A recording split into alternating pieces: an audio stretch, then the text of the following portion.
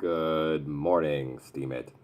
It's Episcopo Squirrel here, also known as Alchemage.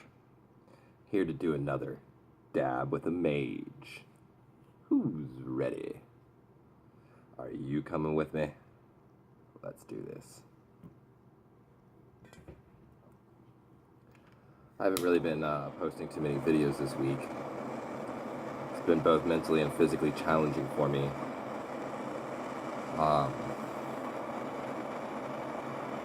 Last Wednesday I had cavities filled, and the enamel on my teeth was so weak that the two back right bottom molars ended up cracking. So now I have two cracked teeth that I've been dealing with and can't get crowns on them until March 7th, and it just keeps getting worse. So, anyways, cheers.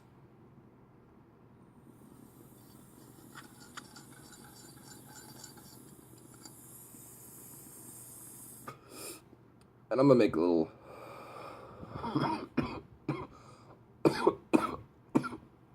article about cracked teeth.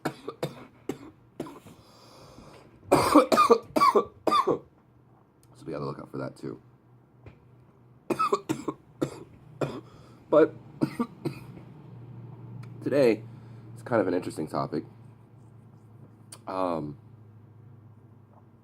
Basically, I had an individual who I've been helping with their progression through alchemy ask me, why is it that when we're going through our spiritual awakenings, our spiritual revivals, why is it that we feel like we're going crazy?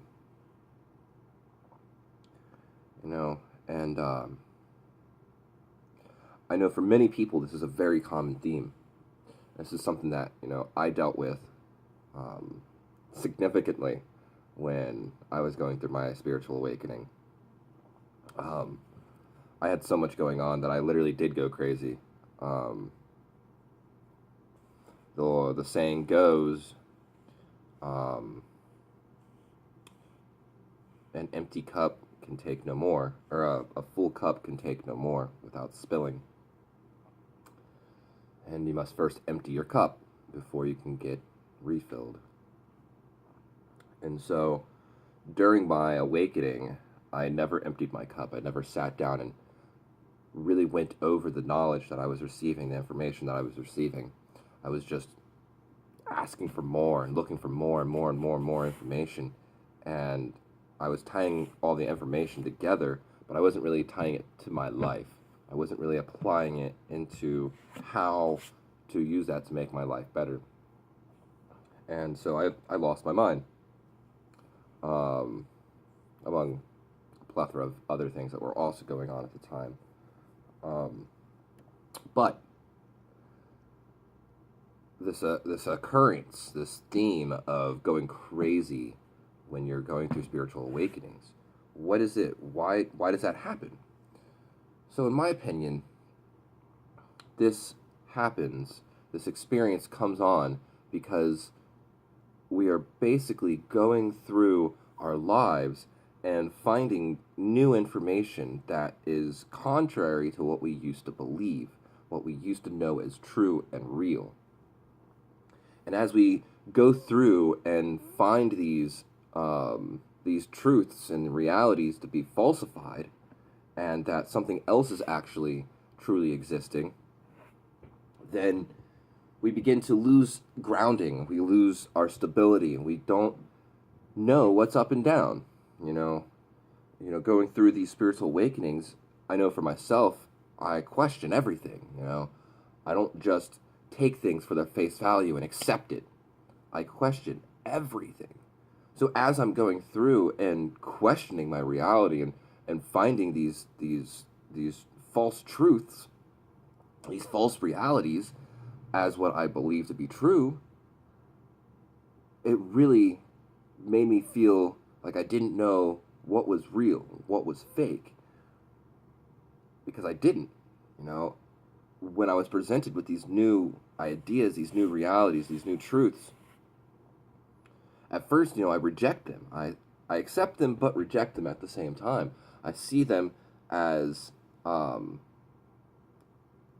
as a as a door opening, and I can see through the door, but I question whether or not I actually want to go through that door and accept that as what is real, what is true. And it's like, for me at least, I go through these spiritual awakenings, and I'm like sitting on the threshold of this door, looking behind me at the old stuff, and then looking forward through the door at what's approaching me and what is challenging my current reality. And this is actually a very common experience for any kind of information that challenges your reality, challenges your knowledge. It's known as cognitive dissonance, cognitive bias. Um, if you hold on to an idea so strongly as your reality, as your truth, when opposing information is presented, your mind, your subconscious mind, and sometimes your conscious mind do everything that they can to hold on to that truth, and they will fight it irrationally to no end. And this is just something that happens with the human brain. It's not something that has been worked into us. It's not something that it's just how we work. It's how we know it's just a part of our brain. It's just a function of our consciousness. And so for me, knowing that this exists really helps. Because, as I said before, I question everything. And I think that that is a really good way to integrate this craziness, this going crazy, into our lives. Is to question everything and to realize that we really don't know what's real, what's true. And just that a best fit is all we can really come up with. And so, when presented with these ideas that challenge our reality, instead of instantly fighting it, question it. And that's kind of like fighting it, but it's more logical, it's more rational, rather than just like, bad idea. You're actually like questioning it and like, okay, well, how can this work in my reality? How can this affect this? And where does this leave this? So you can go through and really take note of what's happening and how it makes you feel, and not just shut it down. Rather you can actually rationalize it, and you can discuss it within your own thought schemes.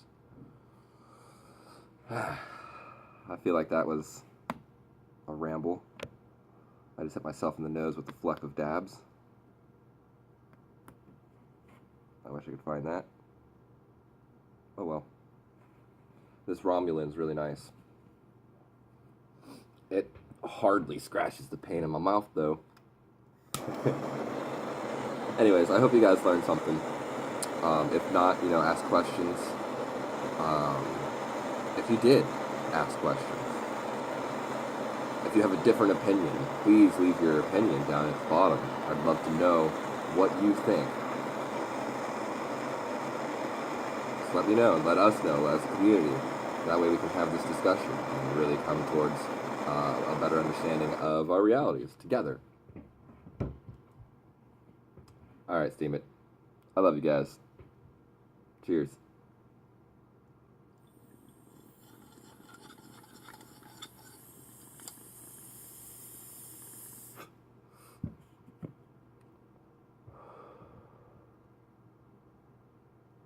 Have a great day, Steven. I love you guys.